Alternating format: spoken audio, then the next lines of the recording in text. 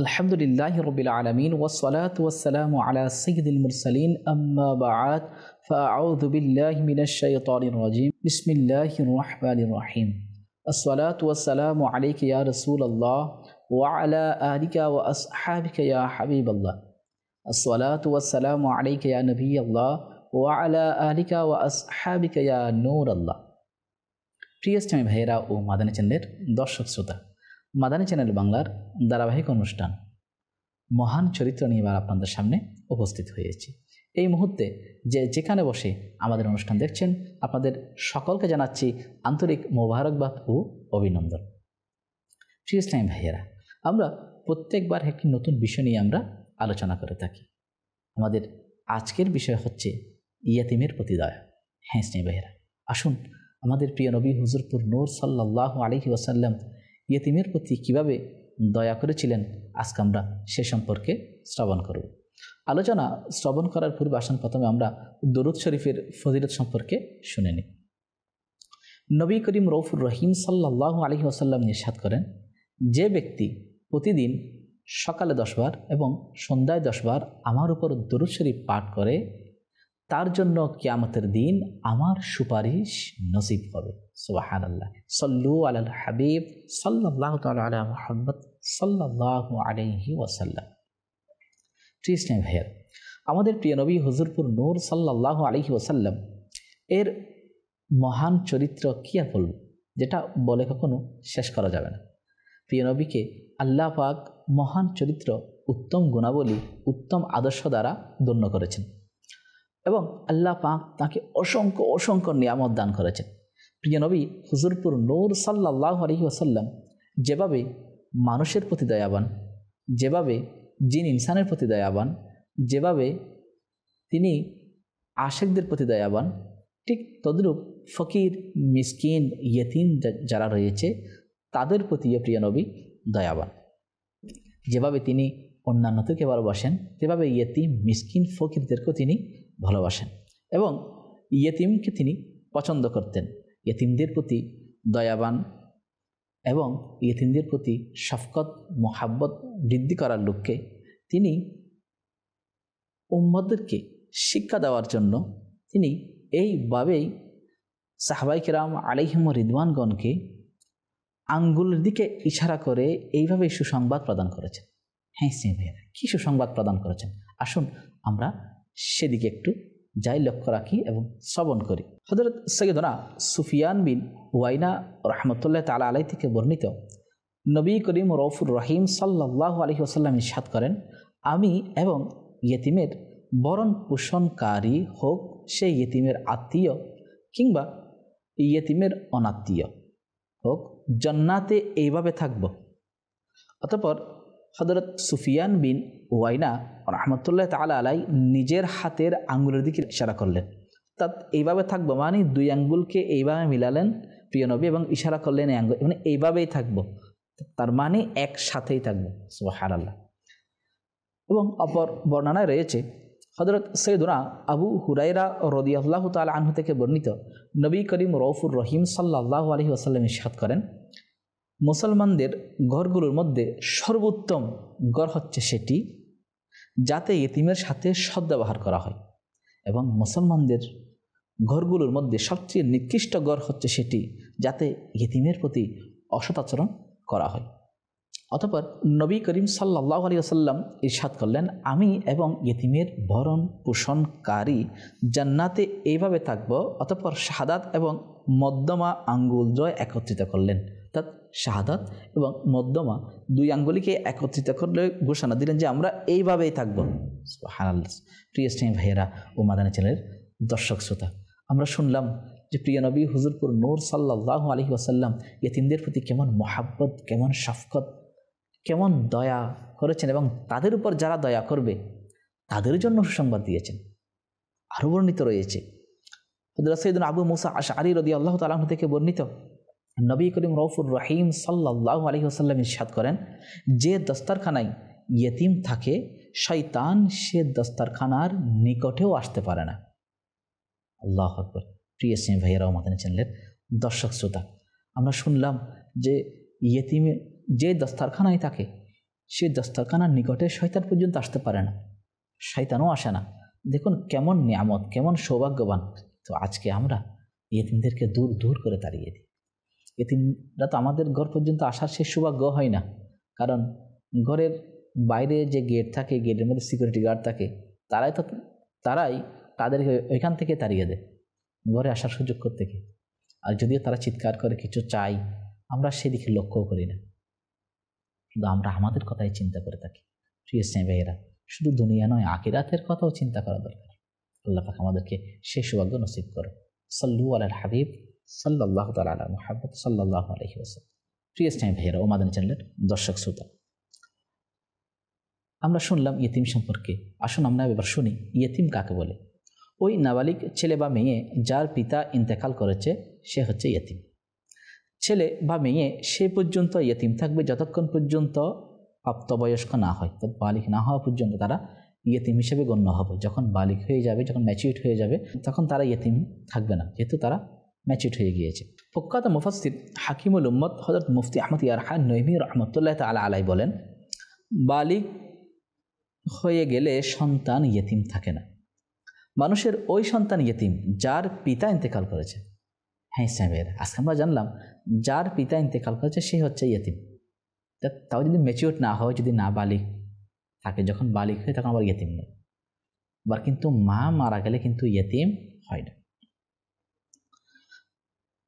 পশু পাখির যে বাচ্চা ইয়েতিম, অর্থাৎ পশু পাখির সেই বাচ্চা ইয়েতিম যার মা মারা যায়। সে মুক্তা ইয়েতিম যা শামুকের মধ্যে একা থাকে, তাকে দুররে ইয়েতিম বলে, যা মহামূল্যবান হয়। প্রিয় ইসলাম ভাইয়ের মাদানী চ্যানেলের দর্শক শ্রোতা, আজকে আমরা একটা মেসেজ, আমরা মাদানী ফুল এখান থেকে জানতে পারলাম যে ইয়েতিম হচ্ছে তখন যখন পিতা ইন্তেকাল করেন এবং সন্তানরা যখন নাবালিগ থাকেন। আর মা যখন মারা যায় তখন সন্তান নাবালিগ হয় না। পশু পাখির যখন মা মারা যায় তখন সন্তানরা ইয়েতিম থাকে। আর ইয়েতিমের মাথায় যখন হাত বুলিয়ে দেওয়া হয়, পরশ যখন বুলিয়ে দেওয়া হয়, তখন কি সওয়াব রয়েছে? হ্যাঁ, তখনও সওয়াব রয়েছে। যখনই কোনো ইয়েতিম বাচ্চার মাথায় হাত বোলাতে হয়, তখন মাথার পেছনের অংশ থেকে সামনের দিকে নিয়ে আসা, এভাবে নিয়ে আসুন। যেমন হাদিস পাকে বর্ণিত রয়েছে, যদি ইয়েতিম ছেলে হয় তাহলে তার মাথায় হাত বোলানোর মধ্যে সামনের দিকে নিয়ে আসুন, তার পেছনের দিক থেকে সামনের দিকে নিয়ে আসুন। আর যদি তার পিতা থাকে, অর্থাৎ মা ইন্তেকাল করেছেন, পিতা আছে, তার ছেলে ইয়েতিম না হলে তাহলে হাত বুলানোর মধ্যে ঘাড়ের দিকে নিয়ে যাবেন, তাহলে দেখে তার ঘাড়ের দিকে নিয়ে যাবেন। তাহলে এর দ্বারা লাভ কি? এর দ্বারা একটি লাভ হচ্ছে, ওই বান্দা যিনি ইতিমের মাথায় হাত বুলাচ্ছেন, তখন ওই ব্যক্তি যদি এই নিয়তে হাত বুলায় যে আমি আল্লাহ পাক এবং তার হাবিব লবিব হুজুরপুর নূর সাল্লাল্লাহু আলাইহি ওয়াসাল্লামের সন্তুষ্টি অর্জনের জন্য হাত বুলিয়ে দিচ্ছি, তাহলে এক্ষেত্রে ওই ব্যক্তির জন্য প্রত্যেক চুলের বিনিময়ে নেকি রয়েছে। আল্লাহু আকবার। যদি আল্লাহ এবং তার রাসূলের সন্তুষ্টি অর্জনের জন্য হয়, অন্য কোনো স্বার্থ নয়।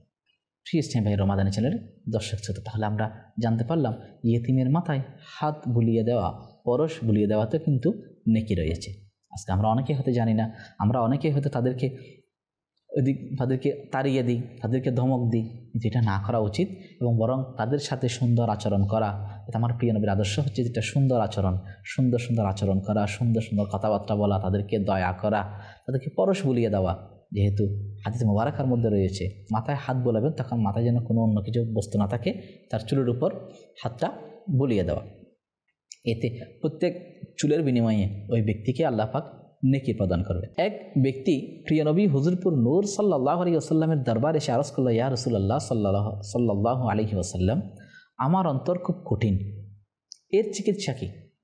তখন প্রিয় নবী ইরশাদ করলেন, ইয়েতিমের মাথায় হাত বুলাও এবং মিসকিনদেরকে আহার করাও। আল্লাহু আকবার। তাহলে এ থেকে বোঝা যায় ইয়েতিমের মাথায় হাত বুলিয়ে দিলে এবং মিসকিনদেরকে আহার করালে আল্লাহ পাক ওই বান্দার অন্তরকে নরম করে দেন। যদি এগুলো থেকে বিরত থাকে তাহলে ওই ব্যক্তির অন্তর কঠিন, তার মধ্যে দয়া থেকে আসবে। তার অন্তর তো পাথর হয়ে গিয়েছে। কারণ তার কাছে কোনো জিনিস চাওয়া, কোনো কিছু বলা, কোনো ফকির, মিসকিন, অভাবী, অভাবগ্রস্ত ব্যক্তিরা যদি কিছু চাই, তাদের কথাগুলো তাদের অন্তর পর্যন্ত পৌঁছে না, যেহেতু তার অন্তর কঠিন হয়ে গিয়েছে।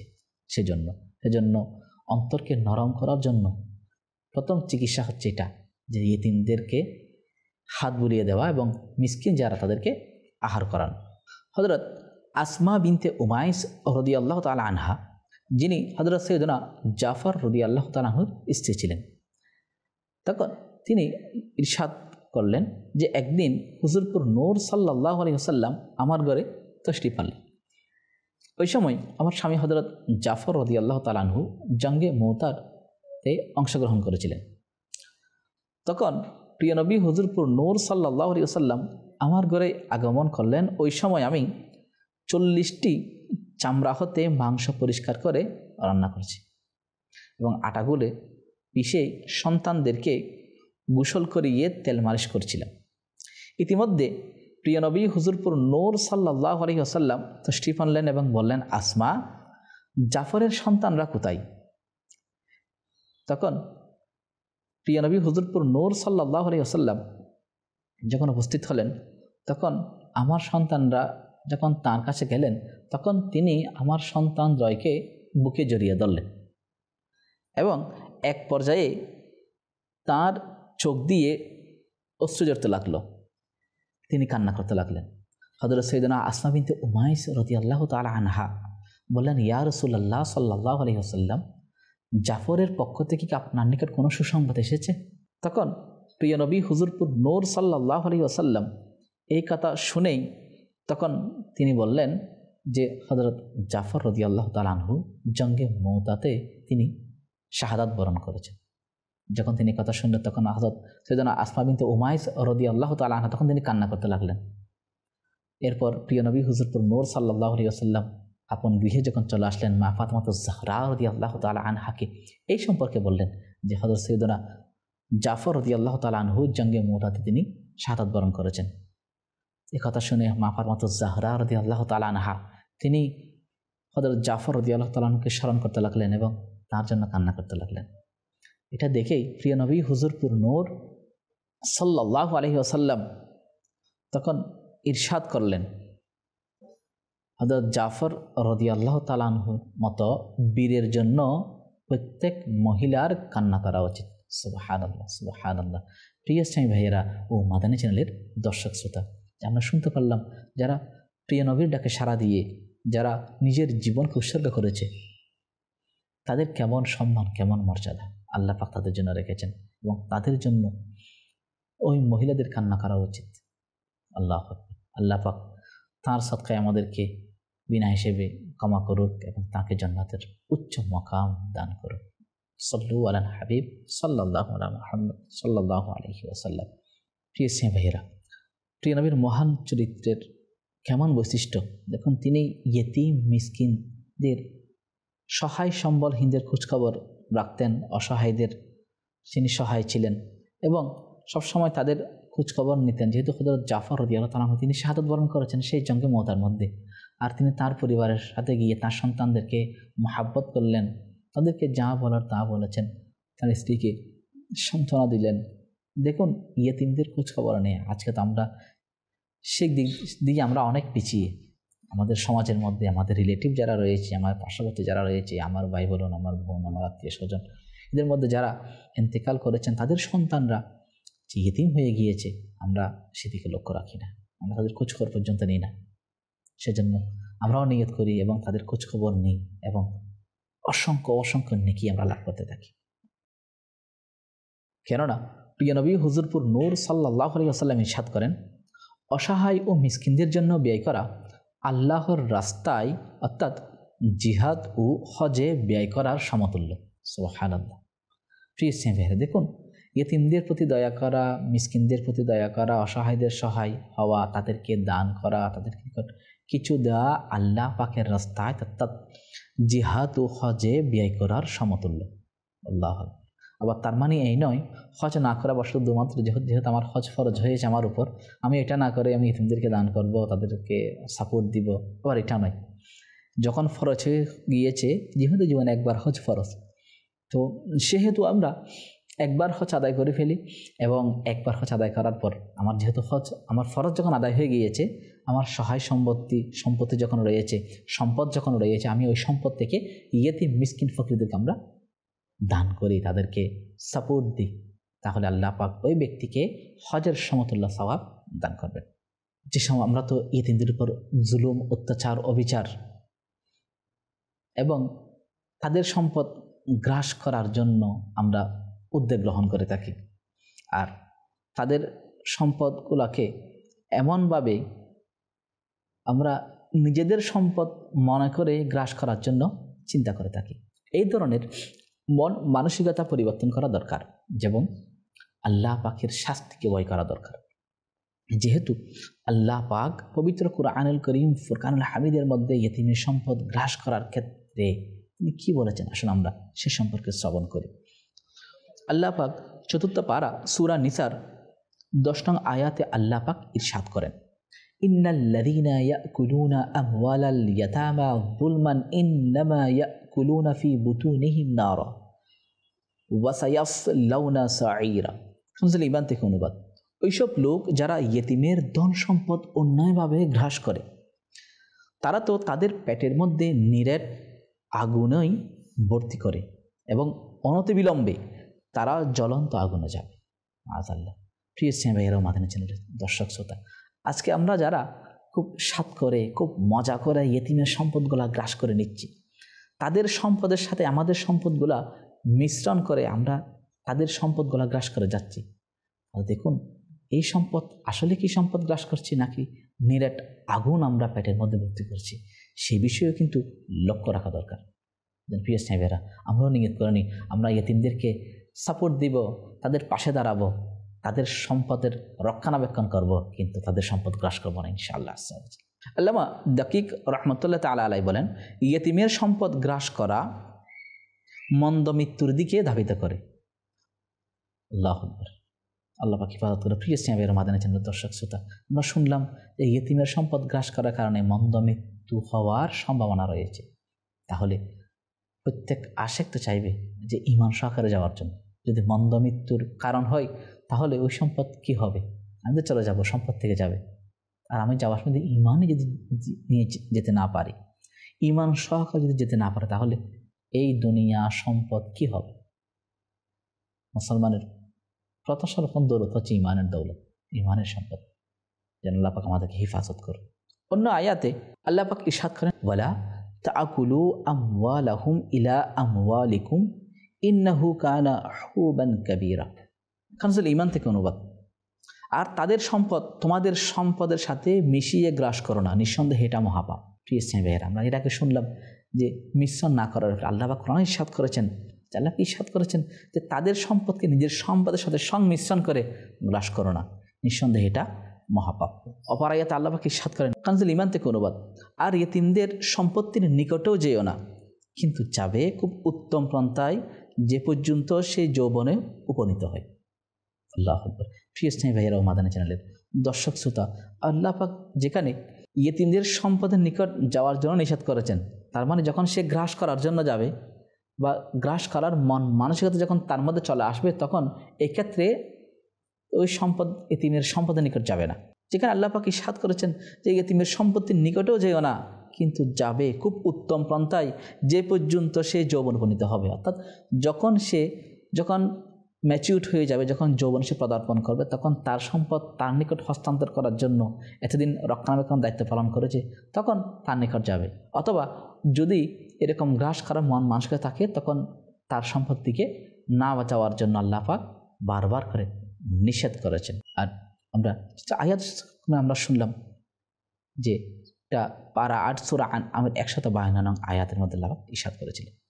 এবং সূরা নিসার ৯ নং আয়াত আল্লাহ পাক ইরশাদ করেন, কানজুল ঈমান থেকে অনুবাদ, আর যেন ভয় করে ওইসব লোক যদি তারা নিজেদের পরে অক্ষম সন্তানদের ছেড়ে যেত, তবে তারা তাদের সম্পর্কে কেমন উদ্বিগ্ন হতো। সুতরাং তারা যেন আল্লাহ পাককে ভয় করে এবং সরল কথা বলে।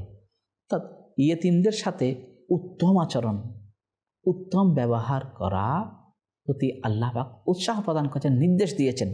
এবং প্রিয় নবী হুজুরপুর নূর সাল্লাল্লাহু আলাইহি ওয়াসাল্লাম এর মহান চরিত্রই তো এটা। আল্লাহ পাক যেখানে হুকুম দিচ্ছেন যে যার কুলে ইয়েতিম বাচ্চা রয়েছে তার সাথে যেন নম্র ভাষায় কথা বলে। আল্লাহ আকবার। সুতরাং তারা যেন হে আমার সন্তান বলে ডাকে, যেভাবে নিজের সন্তানকে ডাকে সেভাবে যেন তারা ওই ইয়েতিমের সন্তানদেরকে যেন আহ্বান করে, ডেকে থাকে। আর তার উপর যেন এমনভাবেই দয়া করে, তার সম্পদের প্রতি ওইভাবে যেন খেয়াল রাখে যেভাবে নিজের সন্তান নিজের সম্পদের প্রতি খেয়াল রাখে। কেননা কাজ অনুযায়ী প্রতিদান দেওয়া হয়। আপনি যেভাবেই করবেন আপনার সাথে ওইভাবেই করা হবে। আল্লাহু আকবার। প্রিয় স্নেহ ভাইয়েরা, সেজন্য আমাদেরও উচিত ইতিমদের প্রতি দয়া করা। তাদের সাথে যদি আমরা দয়া করি, তাদের উপর দয়া করলে আল্লাহ পাক আমাদের উপরও দয়া করবেন। তাদের সাথে সুন্দর আচরণ করলে আমাদের সাথেও সুন্দর আচরণ করবেন। হ্যাঁ স্নেহ ভাইয়েরা, প্রিয় নবী হুজুরপুর নূর সাল্লাল্লাহু আলাইহি ইরশাদ করেন, আল্লাহ পাক হযরত দাউদ আলা নবিয়িনা ওয়া আলাইহিস সালাতু ওয়াস সালামকে ওহী প্রেরণ করলেন যে, হে দাউদ, ইয়েতিমের প্রতি দয়ালু পিতার মতো হয়ে যাও আর বিধবা নারীর প্রতি সদয় হয়ে যাও। জেনে রেখো, যেভাবে ফসলের চাষ করা হয় ওইভাবেই ফসল কাটবে। আল্লাহু আকবার। প্রিয় স্নেহ ভাইয়েরা, দেখুন আল্লাহ পাক যুগে যুগে অসংখ্য নবী প্রেরণ করেছেন, আর ওই নবীদেরকেও আল্লাহ পাক এইভাবে নির্দেশ দিয়েছেন যে ইয়েতিমের প্রতি দয়া করো এবং বিধবা নারীর প্রতি সদয় হও। অপর বর্ণনায় এভাবেও রয়েছে যে কবিরা গুনাহ হলো 7টা। নাম্বার 1, আল্লাহ পাকের সাথে শরিক করা। নাম্বার 2, অন্যায়ভাবে কোনো মুসলমানকে হত্যা করা। নাম্বার 3, সুদ খাওয়া। নাম্বার 4, ইয়েতিমের সম্পদ গ্রাস করা। নাম্বার 5, কোনো সতী নারীর প্রতি অপবাদ দেয়া। নাম্বার 6, জিহাদের ময়দান থেকে পালিয়ে যাওয়া। নাম্বার 7, হিজরতের পর আরবি ব্যক্তি হয়ে যাওয়া, অর্থাৎ আরবি ব্যক্তি হয়ে যাওয়া। প্রিয় স্নেহ ভাইয়েরা, মাদানী চ্যানেলের দর্শক শ্রোতা, হাদিস মুবারাকার মধ্যে, কোরআন পাকের মধ্যে আল্লাহ এবং তার রসুল হুজুরপুর নূর সাল্লাল্লাহু আলাইহি ওয়াসাল্লাম বারবার শুধু এই নির্দেশ দিয়েছেন ইয়েতিমের প্রতি সদয় হওয়া, সুদ থেকে বিরত থাকা, গুনাহের কাজ থেকে বিরত থাকা।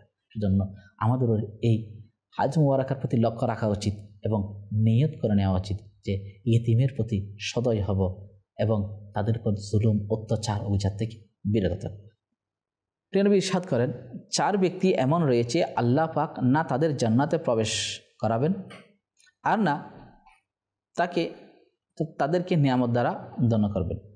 নাম্বার 1, মদ্যপায়ী, যারা মদ পান করে।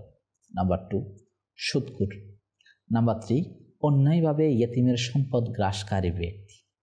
নাম্বার 4, পিতামাতার অবাধ্য সন্তান। মাশাআল্লাহ। প্রিয় স্নেহ ভাইয়েরা, দেখুন আজকে সমাজের মধ্যে আমরা দেখি যে মদের লাইসেন্স দেওয়া হচ্ছে। যেখানে শরীয়ত লাইসেন্স দেয় নাই, যেখানে শরীয়ত হারাম ঘোষণা করেছে, সেখানে আজকে মদের লাইসেন্স, মদ খাওয়ার জন্য উৎসাহ প্রদান। মাশাআল্লাহ, এগুলো থেকে বিরত থাকা উচিত। যেখানে শরীয়ত সাপোর্ট দেয় নাই, শরীয়ত যেখানে নিষেধ করেছেন, সেখানে আমি আর আপনি যদি বলি যে না খেতে পারবে, এখানে কল্যাণ রয়েছে, মাশাআল্লাহ, কখনোই নয়। শরীয়ত ওইটাকে হারাম করেছে যেখানে কোনো কল্যাণ নেই, আর ওইটাকে হালাল করেছে যেখানে বরকত রয়েছে, কল্যাণ রয়েছে। সুতরাং সেদিকেও লক্ষ্য রাখা উচিত এবং এমন গুনাহের কাছ থেকে বিরত থাকা উচিত। এবং অপর বর্ণনা রয়েছে, যে ব্যক্তি কোনো মুসলমান ইয়েতিম বাচ্চাদের খাবার ও পান করানোর দায়িত্ব নেবে, আল্লাহ পাক তাকে জান্নাতে প্রবেশ করাবেন। তবে সে যদি এমন একটি গুনাহ না করে যার ক্ষমা হয়নি, এমন যদি গুনাহ না করে, আল্লাহ পাক তাকে জান্নাতে প্রবেশ করাবে। সুবহানাল্লাহ। শুধুমাত্র ইয়েতিমদেরকে খাবার খাওয়ানোর দ্বারায়, পান করানোর দ্বারা আল্লাহ পাক তাকে জান্নাত দান করবেন। যদি সে এমন গুনাহ না করে যে গুনার কোনো ক্ষমা নেই, যদি এমন গুনাহ না করে, তাহলে আল্লাহ পাক তাকে জান্নাতে প্রবেশ করাবেন। মুসলমানদের মধ্যে সবচেয়ে উত্তম ঘর হচ্ছে এটা, যে মুসলমানদের মধ্যে সবচেয়ে উত্তম ঘর যে ঘরের মধ্যে ইয়েতিমের সাথে সদ্ব্যবহার করা হয়। আর সবচেয়ে নিকৃষ্ট ঘর হচ্ছে সেই ঘর যেই ঘরে ইয়েতিমের সাথে দুর্ব্যবহার করা হয়। প্রিয় নবী হুজুরপুর নূর সাল্লাল্লাহু আলাইহি ওয়াসাল্লাম ইয়েতিমদের প্রতি সদ্ব্যবহারকারীদের ও তাদের দেখভালকারীদের সম্পর্কে সুসংবাদ প্রদান করেছেন। কেমন? এক বুজুর্গ রহমতুল্লাহ তাআলা আলাই বলেন, প্রথম দিকে আমি খুব নেশাগ্রস্ত ছিলাম, খুব নেশার প্রতি আসক্ত ছিলাম, অ্যাডিক্টেড আমরা যেটাকে বলি। তো নেশার প্রতি অ্যাডিক্টেড ছিল তো, এবং গুনাহের মধ্যে লিপ্ত থাকতাম। একদিন আমি এক ইয়েতিমকে দেখলাম, আমি তার সাথে সদাচরণ করলাম, দয়া করলাম, যেভাবে বাচ্চাদের উপর দয়া করা হয় তার চেয়েও বেশি করলাম।